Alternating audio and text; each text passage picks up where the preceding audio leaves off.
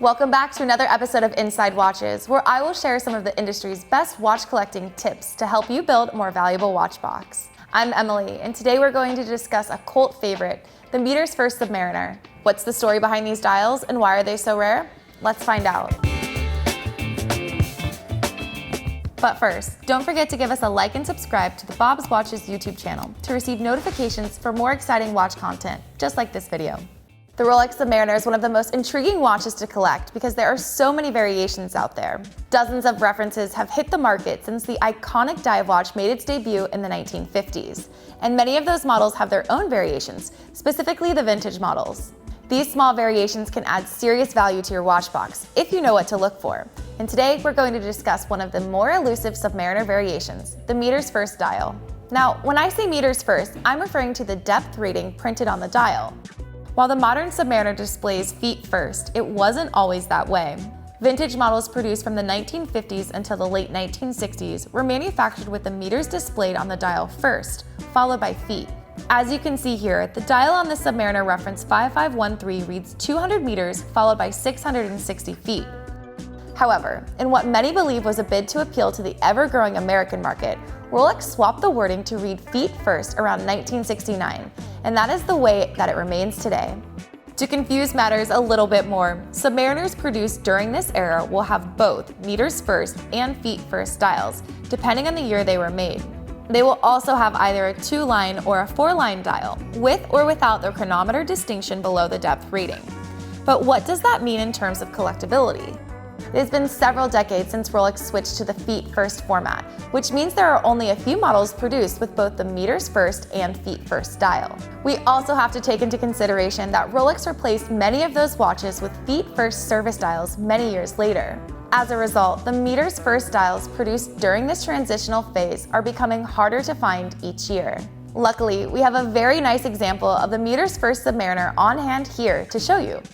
To give you a quick background of this watch, Rolex produced a couple of different Submariners during the transition from meters first to feet first dials. First were references 5512 and 5513, which both had time-only dials. Reference 5512 came to market first, introducing the collection to crown guards and, eventually, a chronometer rating. Early examples of reference 5512 did not yet have the chronometer distinction on the dial, which means that it's possible to find these watches with either 2-line or 4-line dials. Additionally, the earliest examples of reference 5512 featured meters first text, followed by feet first text. So, that also means it's possible to find a Submariner 5512 with meters first text in either a 2-line or 4-line dial, while the feet first dials, which came to market after the watch became chronometer rated, will always have 4 lines of text.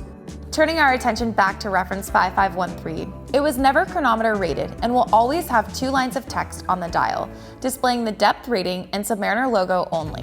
Production for both models overlapped considerably, with reference 5513 staying on the market for a much longer time until around 1990.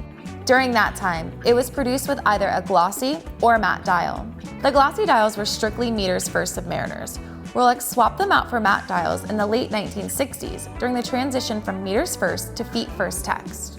However, some examples with the newer matte dials still left the factory with meters first text during this swap. That means there are matte dial reference 5513s on the market with either meters first or feet first text. Confusing, I know.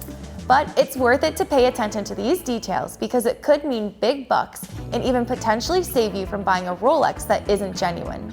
And that brings us to our last example, the Submariner 1680. Unlike references 5512 and 5513, the Submariner 1680 features a date on the dial. In fact, it was the very first Submariner to feature a date display. Just like other meters first subs, reference 1680 has a lot of dial variations. Early examples feature the Submariner logo in red, while models produced later feature a white logo to match the rest of the text on the dial. Red Submariners, as they have since come to be known, have 6 different variations distinguished as marks 1 through 6. The first 3 marks have meters first dials, while marks 4 through 6 have feet first dials. White Submariners, sporting a white logo only, feature feet first dials. And there you have it, a brief look at the coveted meters first Submariner. Do you have one of these rare watches? Be sure to tell us about it in the comments section below.